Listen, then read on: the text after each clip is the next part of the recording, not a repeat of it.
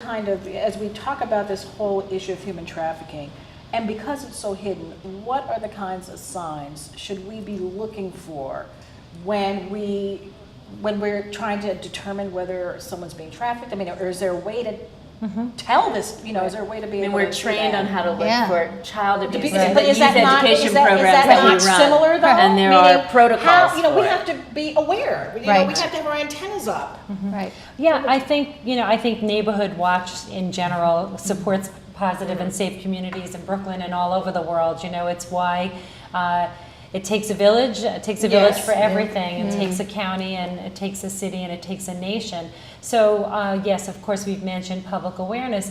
And the other is you certainly don't want to get involved directly, not being trained, either someone like Marguerite, who's a social worker, or myself as a nurse.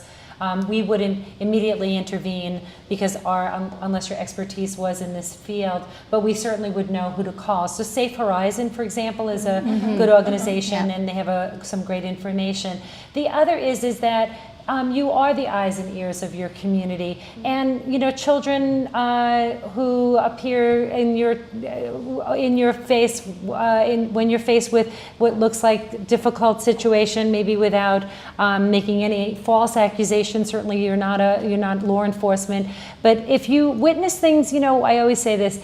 Our other human brain is our gut, and we sometimes ignore our gut. Square. Right. If something smells like there's a fish there, look to see if there's a fish there. And I think that you can alert your local law enforcement or call 311 and say there's some activities happening in the building next door to where I live. It seems to be a lot of traffic going in and out.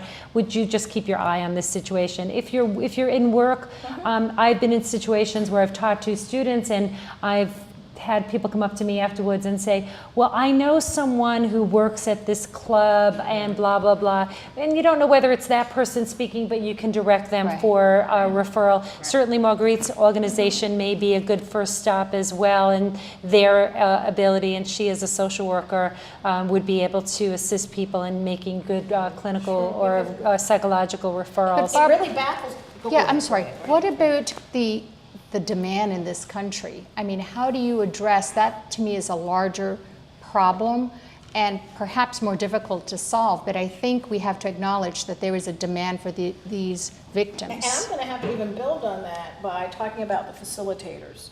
You know, we have Craigslist right now. Right? That's selling sex. And selling children. How is that legal? You know? And what do you see coming down and I think I'm piggybacking on what you're saying, how do we see, what kind of social policy do we see coming down the pike related to the fact that legitimate businesses are hidden kids and are hidden. And getting away with it. I'll give you one really great example, and it's also their offices, I believe, are in Brooklyn. It's an international organization, but their U.S. offices, Carol Smolenski is their executive director. It's called ECPAT, and they're working on ensuring that travel agencies who are aware of sex tourism and child sex tourism stop. And they're asking travel agencies to sign on to an international policy stopping the advocacy as well as the selling, commercial selling of sex tourism.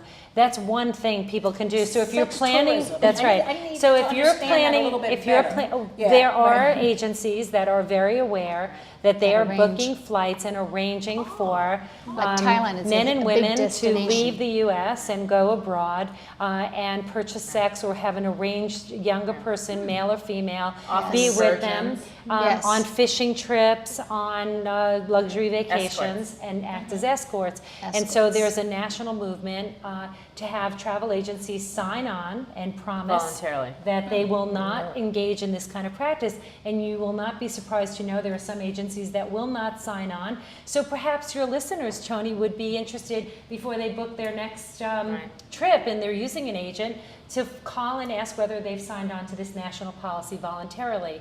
It might be a great economic, you know, remember the Boston Tea Party, we can act with our dollars. That's right. It might be one thing that people can do as advocates. Okay, thank you for watching Brooklyn Savvy. For more information on this topic, you can check out our website at www.brooklynsavvyshow.com or todaysavvywomen.com. See you next time on Brooklyn Savvy.